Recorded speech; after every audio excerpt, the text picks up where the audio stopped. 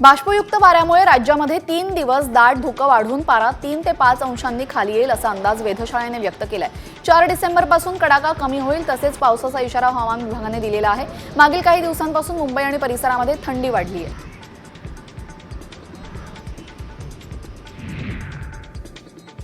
पुण्यात तापमानाचा पारा सातत्याने खाली येतोय। एनडीए नगर परिसरामध्ये 8.2 अंश सेल्सिअस इतक्या कमी तापमानाची नोंद झालेली आहे। थंडीपासून बचाव करण्यासाठी रात्रीच्या वेळी ठिकठिकाणी नागरिकांनी शेकोट्या पेटवल्या। उल्हासनगर अंबरनाथ शहरी भागामध्ये थंडीचा जोर वाढला आहे। कमाल आणि किमान तापमानामध्ये कमालीची घट झाल्यामुळे नागरिक शेकोट्यांचा आनंद घेत आहेत, तर अनेक ठिकाणी शेकोट्या पेटलेल्या दिसून येत आहेत।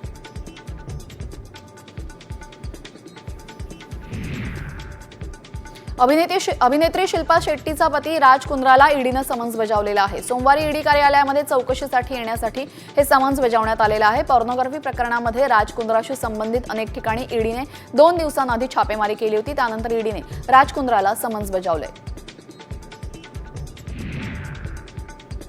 तमिळनाडूची राजधानी चेन्नईला शनिवारी फेंगल चक्रीवादळाचा जोरदार तडाखा बसला। वादळामुळे चेन्नई आंतरराष्ट्रीय विमानतळ 7 तास बंद ठेवण्यात आलं होतं। चेन्नईतील अनेक रस्ते जलमय झाले होते, तर खबरदारीचा उपाय म्हणून अनेक ठिकाणी शाळांना सुट्टी देण्यात आली।